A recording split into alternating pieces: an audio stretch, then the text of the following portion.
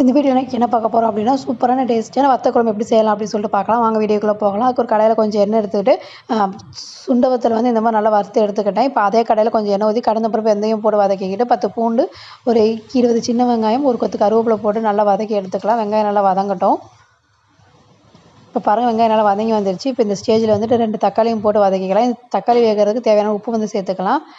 தக்காளி நல்லா வதங்கி வரட்டும். இப்போ பாருங்கள், தக்காளி நல்லா வதங்கிடுச்சு. இது கூட வந்து நான் குழம்பு மசாலா தூள் வந்துட்டு 2 ஸ்பூன் வந்து காரத்தக்கன்னு சேர்த்துக்கோங்க. நான் 2லேருந்து 3 ஸ்பூன் வந்து சேர்த்துட்டு அந்த எண்ணெயிலே ஒரு வதக்கி விட்டுட்டு அதுக்கப்புறம் கொஞ்சம் புளி வந்து நான் கரைச்சி வச்சுருக்கிறேன். அதை இது கூட சேர்த்துக்கலாம்.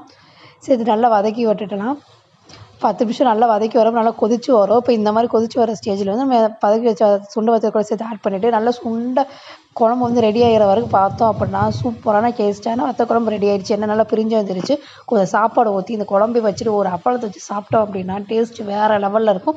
நீங்கள் இதே மாதிரி ட்ரை பண்ணி பாருங்கள். பிடிச்ச